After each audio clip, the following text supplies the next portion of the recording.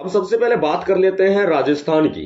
राजस्थान के भाई जितेंद्र पाल मेघवाल हत्याकांड में जो संघर्ष आप सभी ने किया, वो संघर्ष आपका बहुत काबिले तारीफ है।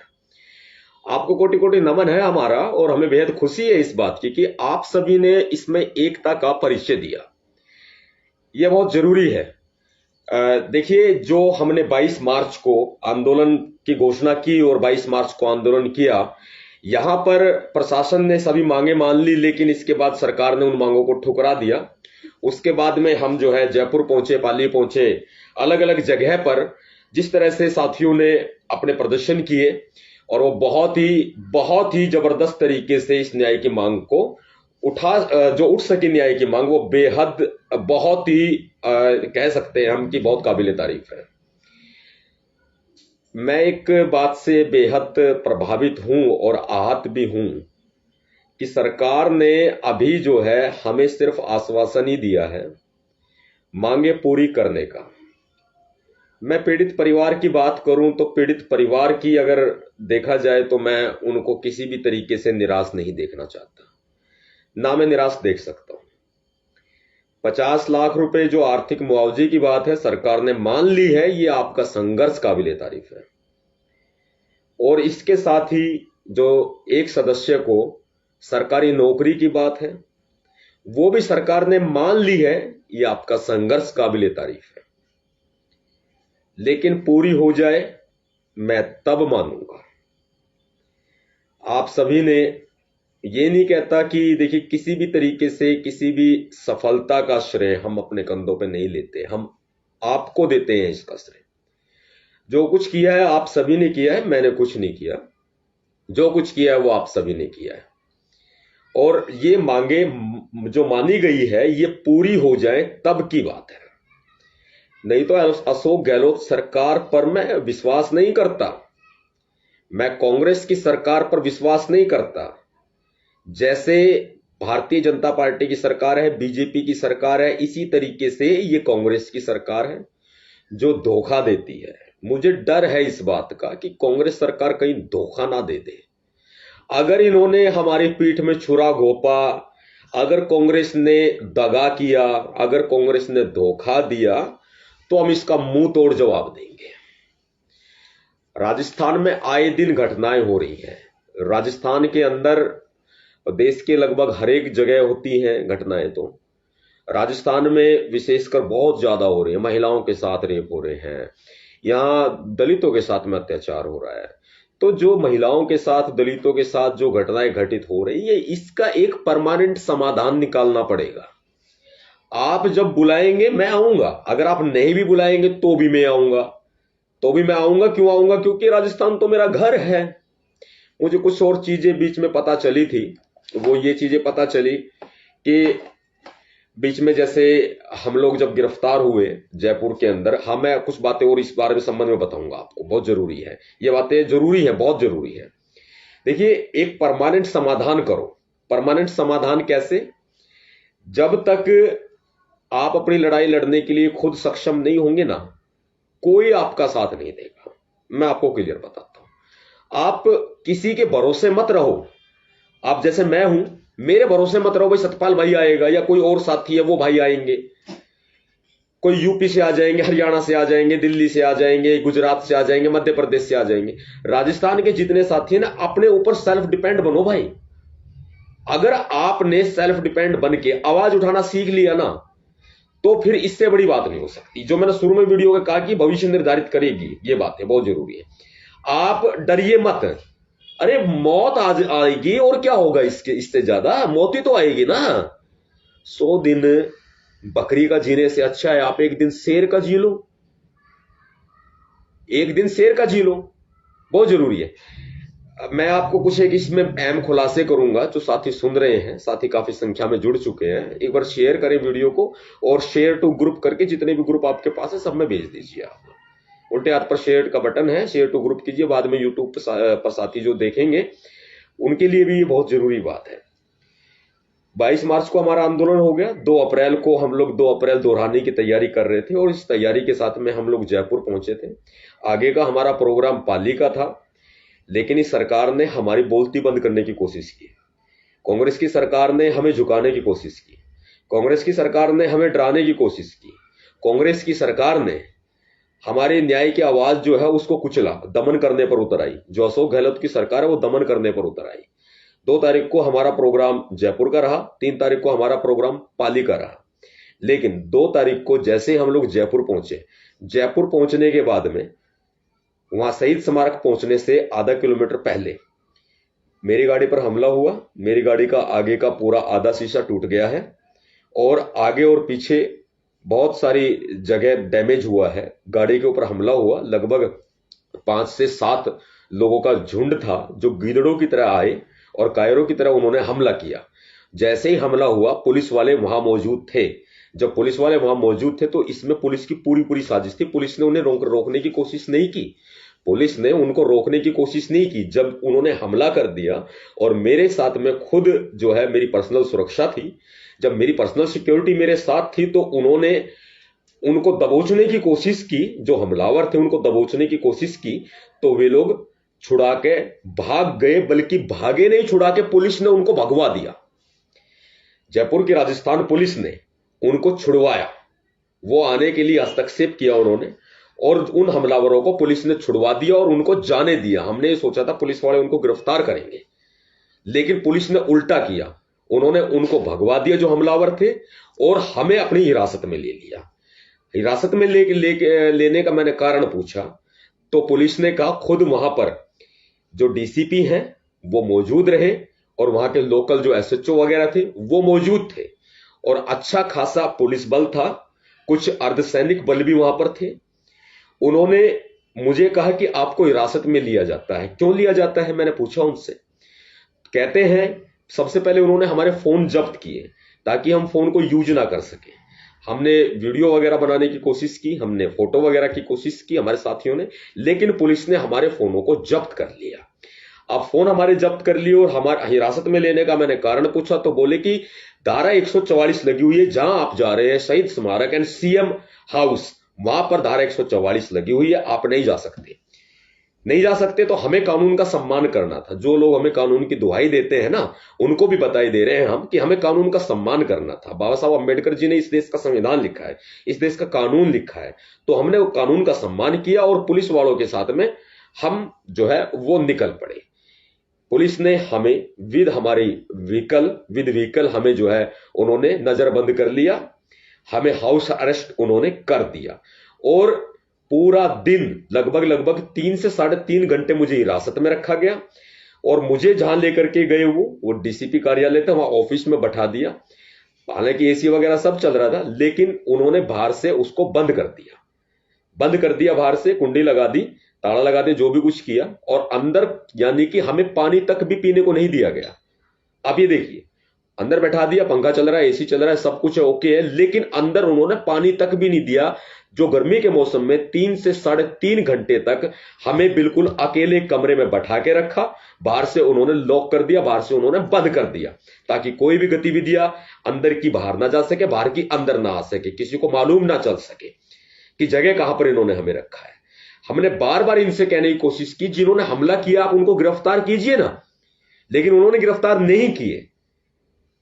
उसके बाद में जब वहां से प्रदर्शन आंदोलन समाप्त हो गया, समाप्ति पर लगभग 3 से 3.5 घंटे के बाद में इन्होंने हमें कहा कि आपको हम छोड़ के आ रहे हैं, यानी कि जयपुर की सीमा वो हमें क्रॉस करवा के जब वो हमें लेकर के गए और उन्होंने हमें जयपुर की सीमा पूरी क्रॉस करवाई। जैसे जयपुर की सीमा क्रॉस हुई, आगे हमें अगले जिले की पुलिस मिल गई, राजस्थान की पुलिस, जो हमें हरियाणा बॉर्डर तक हमें हरियाणा में एंट्री दिला करके गए कि आप वापस राजस्थान, ताकि हम ना आ पाए। ये उन्होंने हमारे साथ में किया। इस तरह से हमारी आवाज को दबाने का प्रयास किया, कुचलने का प्रयास किया। लोकतंत्र में यह बहुत ज्यादा गलत है। अशोक गहलोत सरकार दमन करने पर उतर आई। यह हमारे साथ हुआ, वहां पर यह हालात वहां क्रिएट हुए। इसके बाद में जो अगले दिन का हमारा पाली का कार्यक्रम था, वहां के लिए मैं पूरा देर हो गई मुझे, क्योंकि जब पुलिस ने मुझे पहले अरेस्ट करके नजरबंद कर लिया उन्होंने, उसके बाद में वो जयपुर की सीमा क्रॉस करवा के गए, उसके बाद में वो जयपुर से आगे राजस्थान की पुलिस लगी, हमें हरियाणा की सीमा में उन्होंने एंटर करा दिया, हमारे लिए कोई रास्ता नहीं छोड़ा। जब उन्होंने हमें पूरा कैप्चर कर लिया, तब हम लोग पूरी तरह से असहाय हो गए हैं, मजबूर हो गए हम ताकि हम अपनी बात कहें तो किसको कहें, हम कह नहीं पाए बिल्कुल भी।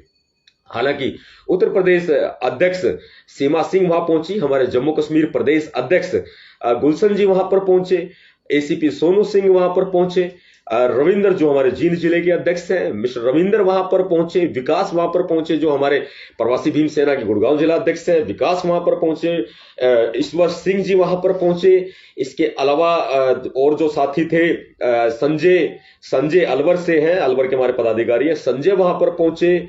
और साथियों का मैं नाम ना ले पाऊं तो माफी चाहूंगा।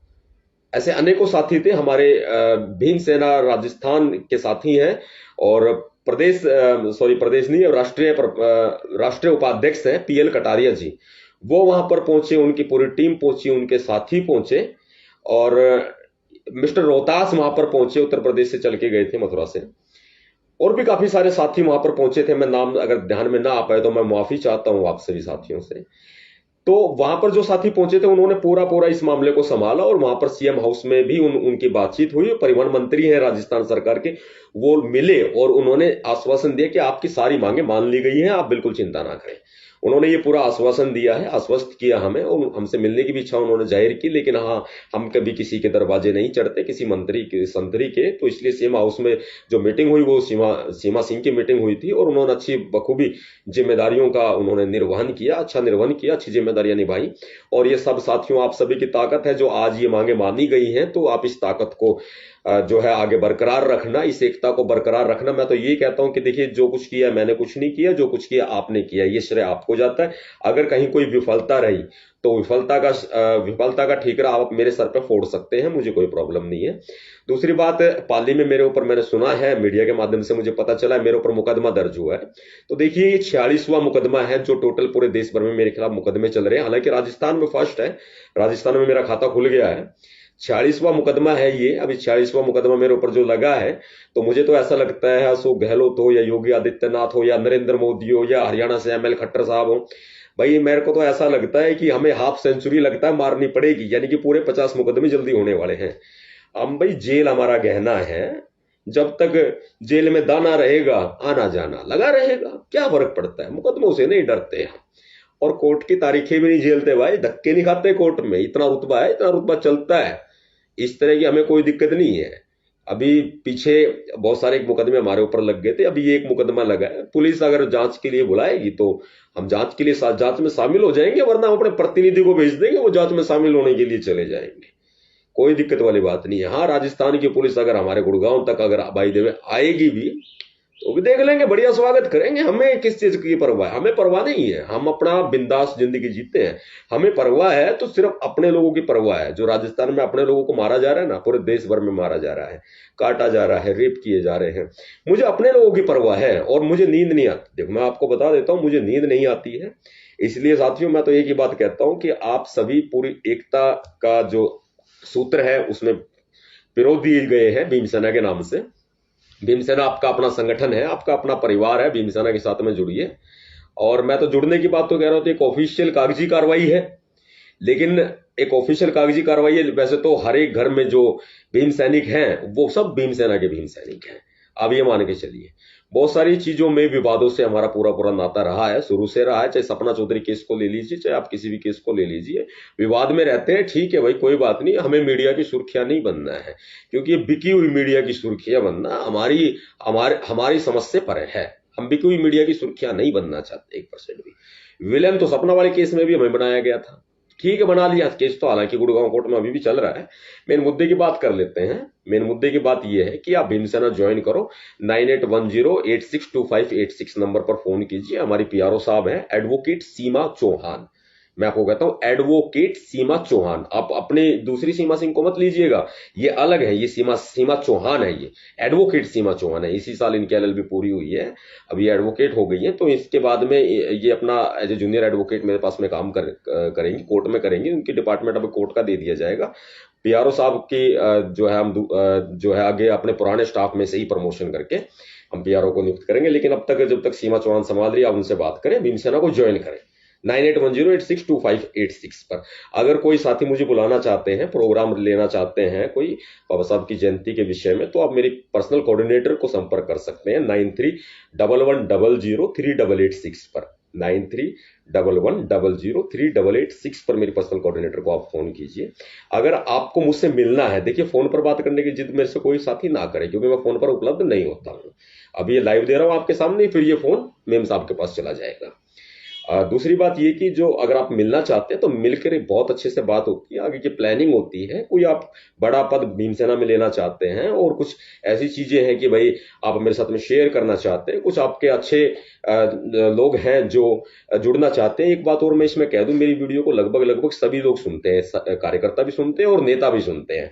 देखिए मैं आपको बिल्कुल बता देता हूं, आप किसी भी संगठन या किसी पार्टी से अगर आप इस्तीफा दे करके दे चुके हैं, या पूर्व आपके नाम से पहले जो कोई पूर्व लगता है, अगर आप जुड़ना चाहते हैं तो बिल्कुल मोस्ट वेलकम है आपका। आप मेरे से मीटिंग कीजिए, मेरी पर्सनल सेक्रेटरी कोमल रावत को आप कांटेक्ट कीजिए 9911189986 पर, 9911189986, 9911189986 पर आप संपर्क कीजिए।